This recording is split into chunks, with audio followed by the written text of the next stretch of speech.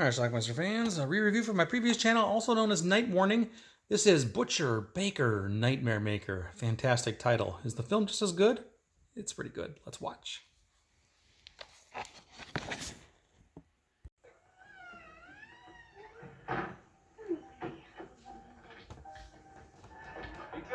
Back in a couple of weeks. Alright, this is about 1967, January. And the brakes going out on the car. They just left Billy with Billy's aunt. Watch out for the logging truck.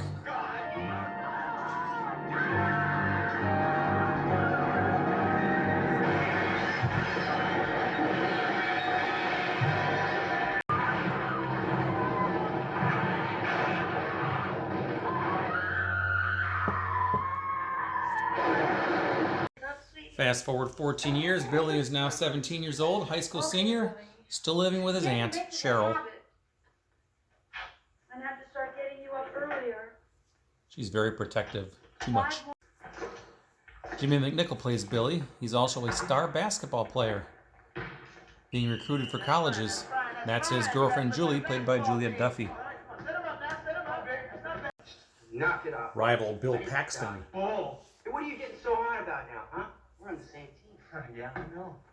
It's just that some of us think we're better than others. Some of us are better. She does not want him to go to college. You're staying here and that's it. You're taking that job.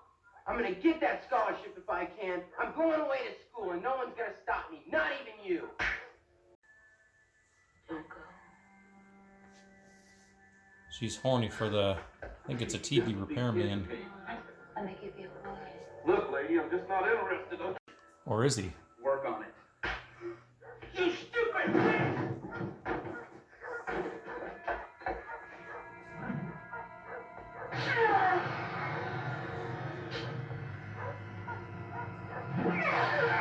Oh my God.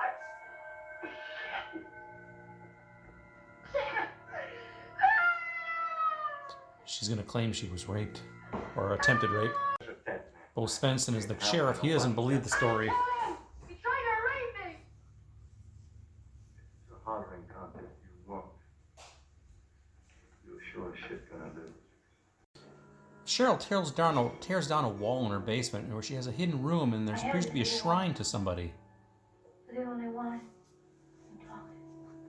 Former boyfriend from back in the day? You're crazy. Turns out the repairman was gay. Bill Brody. Remember him? The man who got wasted here? Well, he was a fag. And it doesn't make a whole hell of a lot of sense for a fag to be raping your aunt. Turns out the coach is gay Carl too. came over yesterday. Told my aunt you were gay. Don't you worry about it. I know. You know what? He also says he can prove that I killed Brody. I need to know if you two are making it. It's none of your business. A man got killed. Supposedly by a woman who's claiming attempted rape. The man was a homosexual. And the Came by my house. Billy's definitely not gay. With what? General stuff, mostly. And he asked me how often we make love. You get dressed and get that slut out of here. I'm 17 years old, and it's not the end of the world. Are you arguing with me? No, you promise? Okay. Interstate 89. The cause is thought to have been brake failure. Now, I talked to a few of the locals, and they remember that there were rumors about the brakes being tampered with. Good luck. It's the night of the big basketball game. Scouts are in the stands, gonna look at him, and she's put something in his milk. Take these with you. Thanks. Go get them. Whatever she put in his milk is starting to take effect during the game.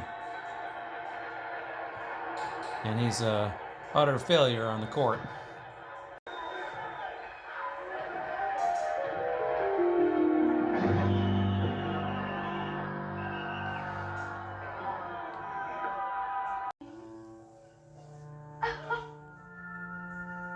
No, Brody didn't try to rape you, did he?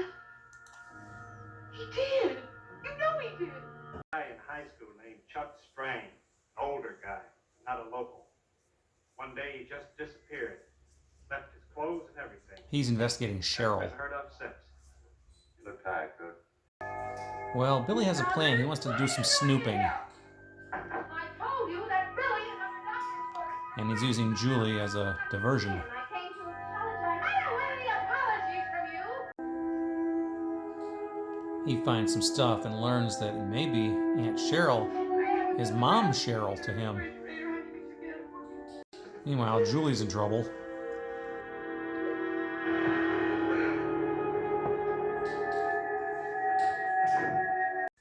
Found his birth certificate. Chuck. Chuck's your father. He was gonna leave me. Just like you were gonna leave me. She's doctored his milk again and virtually knocked him out. Neighbor Margie thinks something weird's going on, so she's spying too. That's not disturbing. Julie wakes up in the basement and finds the pickled body and pickled head of apparently Billy's father, real father. Margie's about to get it.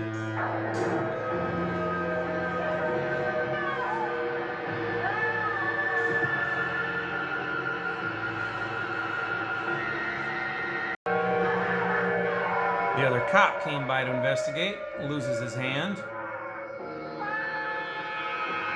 loses his life. Julie gets out of the basement and Cheryl chases her down and knocks her out.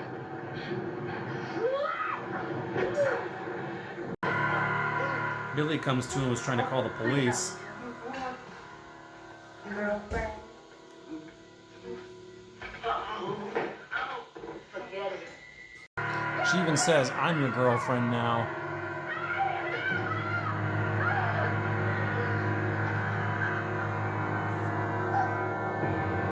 Of course, she's not dead.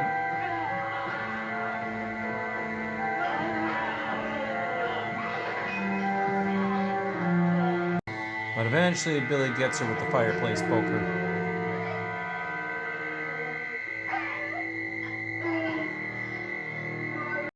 The police are called. Right away. Coach shows Shouldn't up. I check the basement? She saw Miss Roberts kill Cook. Carlson, the girl says... I don't care what you said. Get on. He is convinced Billy did it all, and he plans to shoot Billy.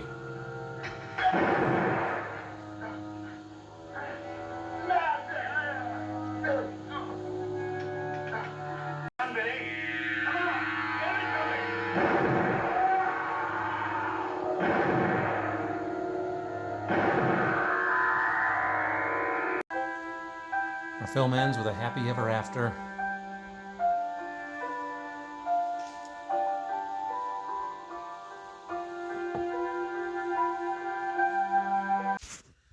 All right, let's talk about Butcher Baker Nightmare Maker, otherwise known as Night Warning. That's how I first came upon this film. It was released, I think, by Thorn EMI on a VHS tape back in the 80s, VHS and beta. I actually recorded this. I think I copied it from a video store onto a beta tape.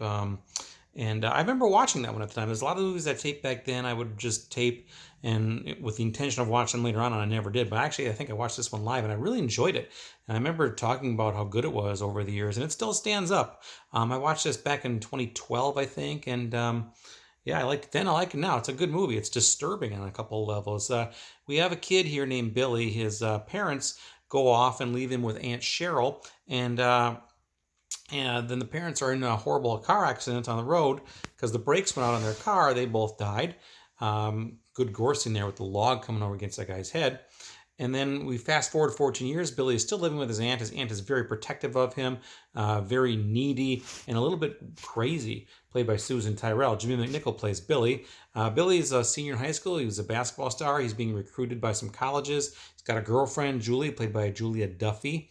And one day this repairman comes over, and Susan Tyrrell, and Cheryl, she gets all hot and bothered with him and tries to get him to have sex with her. He refuses, but then she insists, so then he pulls out his dick, I guess, and says, "Work on it." she didn't like that, and then she took a knife and stabbed him. Billy came home at that time and saw it happen. She claimed that she was being raped, or it was an attempted rape. But Bo Svensson, the local sheriff, doesn't believe it because he knows that repairman was a homosexual. So why would he be trying to rape somebody, a woman? Didn't seem to add up to him. So he thinks there was some, because he knows that the repairman's lover is the basketball coach, and he thinks there might be some love triangle involving Billy, the coach, and this repairman. So maybe Aunt Cheryl killed him to cover up, or didn't kill him, but she's taking the blame for, because Billy killed him in some sort of love triangle thing. That's what the cop thinks. So he investigates that for the rest of the movie. Meanwhile, at one point, Cheryl spikes his milk, Billy's milk, so it's some sort of tranquilizer or something. So the night of the big basketball game when the scouts are on the stands, he is horrible. He even passes out on the court, and it's a mess. So he's not going to get a scholarship. She doesn't want him to move anyway. She wants him to stay there, get a job. And she does not like Julie, for obvious reasons. She seems to have some sort of incestuous thing with her son, or with Billy also. And it seems like that's what she kind of wants. Hints at, well, Billy does some snooping around and finds out that Cheryl is actually his real mom. She got pregnant and the guy didn't want to get married or anything like that, so Billy got adopted by her sister and brother-in-law, the ones that were killed on the road. And then obviously Billy thinks his aunt is crazy at this point, and then Julie comes over. She gets bonked on the head with this hammer thing, and then Margie, the neighbor, gets killed. She threatens Billy when he tries to call the police, but eventually Billy's able to stab her and kill her. And then the sheriff and the cops show up, and the sheriff thinks that Billy did everything, so he's going to shoot him, and then the scuffle ensues there, and Billy ends up shooting the cop. And then we find out later on that Billy and Julie went off to Denver, Colorado, or Denver University together, and lived happily ever after. There you go. So anyway, that's Butcher Baker Nightmare Maker. It was a little long, convoluted description there, but it's a really cool movie. It's got some good gore scenes, a couple of brief nude scenes. Susan Tyrrell has one. Julia Duffy has one. I think it's their only nude scene. She went on to do Designing Women, I think, a few years after this.